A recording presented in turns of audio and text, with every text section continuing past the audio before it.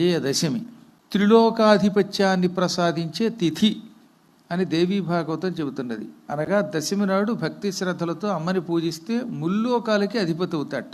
పదవి కావాలనుకున్న వాళ్ళంతా విజయదశమి నాడు అమ్మవారిని పూజించేవారు. ముందు విఘ్నేశ్వరుని పూజించి మంటపారాధన చేసుకుని కలశంలోకి ఆవాహన చేయబడిన అమ్మవారిని యథాశక్తిగా అర్చన చేయాలి.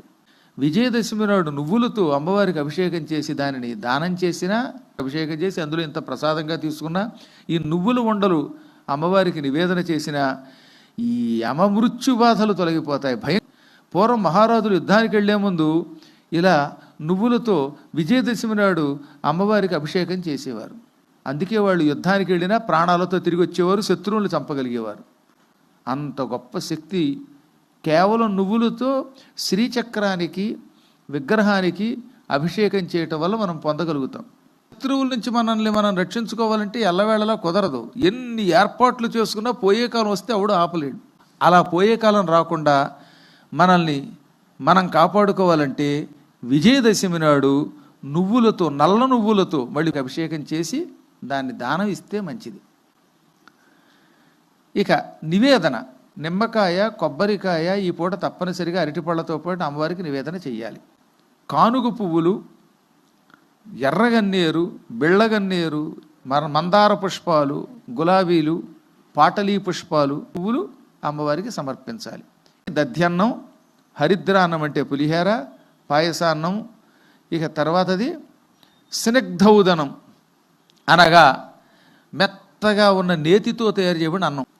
ఆ తర్వాత గుడ అన్నం, బెల్లముతో చేయబడిన అన్నం అనగా చక్కెర పొంగలిలో చక్కెర బదులుగా బెల్లం వేసి జీడిపప్పులతో తయారు చేసిన అన్నం.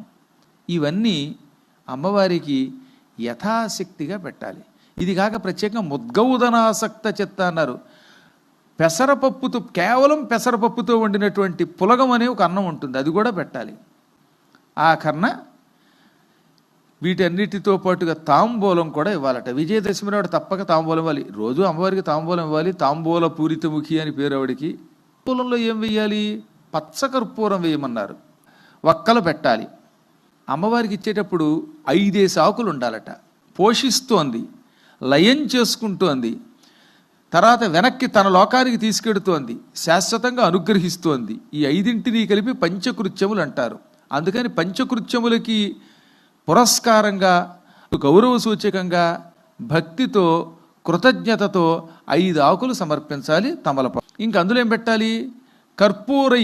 ఇక్కడ కర్పూరం అంటే పచ్చ కర్పూరం, అంతేగాని ఈ పిచ్చ కర్పూరం కాదు. హారతి ఇచ్చే కర్పూరం కనుక అందులో పెడితే చచ్చిపోతాం మనం. అప్పుడు మనం నాలుక పొక్కిపోయేటటువంటి వాటిని అమ్మవారికి ఇస్తే ఆ పాపం మనకు చుట్టుకుంటుంది. అమ్మకి ఏమవ్వదు, కానీ అమ్మకి ఇచ్చేటప్పుడు పచ్చకర్పూరం వేయాలన్నమాట. తమలపాకుల్లో పచ్చకర్పూరం వేసుకుంటే పళ్ళల్లో ఉన్న బ్యాక్టీరియా చచ్చిపోతుంది, నోరు ఘుమఘుమలాడిపోతుంది. 5 తమలపాకులు, వక్క, పచ్చకర్పూరం. దీంతోపాటు ఇప్పుడు సున్నం రాస్తున్నాం, కానీ పూర్వం ముక్తాచూర్ణ సమాయుక్తం, ముత్యాలు కాల్చి భస్మం చేసేవారు. ముత్యాల భస్మం అందులో వేస్తే ఆరోగ్యానికి మంచిది. పర్వాలేదు, కొద్దిగా సున్నం వేసినా పర్వాలేదులేండి. అది కూడా నోరు పండడానికి ఉపయోగపడుతుంది. దాంతో పోలిస్తే ఇది ఇంకొంచెం సేఫ్టీ అనమాట, ముత్య భస్మం.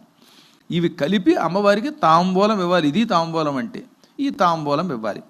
అనంతరం ఈ పూట అమ్మవారిని లలితా సహస్రనామము లేక దుర్గా సహస్రనామాదులతో అర్చన చేసి, త్రిశతి ఖడ్గమాల పారాయణం చేసి, శ్రీ సూక్త, దుర్గా సూక్తాలు పారాయణం చేయటం లేక చేయించుకోవటం లేదా వినడం చేయాలి.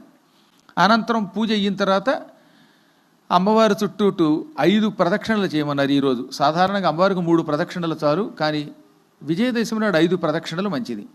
జమ్మి చెట్టు పూజ ఈరోజు ప్రత్యేకత.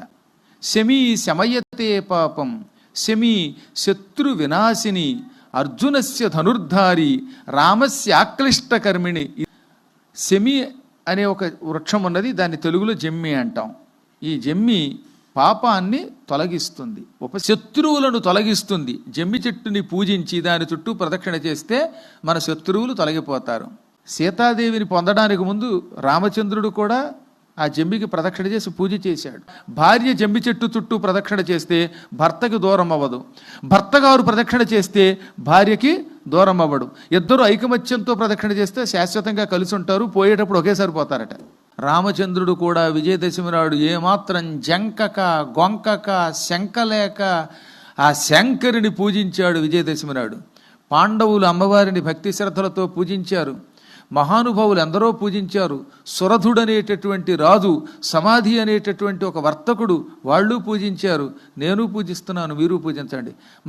ఈరోజు కూడా కుమారి పూజ చెయ్యాలి, సువాసిని పూజ కూడా చెయ్యాలి. రాత్రికి చంద్రుణ్ణి దర్శనం చేసుకుని ఆ వెన్నెలలో ఇంత పాయసం నైవేద్యం పెట్టి ఆ పాయసం తింటే సంపూర్ణంగా ఆరోగ్యవంతుడవుతాడని కూడా చెప్పారు భగవంతుడు. అదేతో మీరందరూ అలాగే విజయదశమి నాడు పూజించి ఈ కథ విని అమ్మవారి కథాక్షతులు శిరస్సును వేసుకుని జగన్మాతృ కటాక్షంతో శత్రువుల మీద విజయం సాధించి ఆయువు ఆరోగ్యం అన్నీ పొందాలని అనేక మంగళాశాసనాలు చేస్తున్నాం. భగవతి యొక్క కటాక్షం పొందుదురుగాక.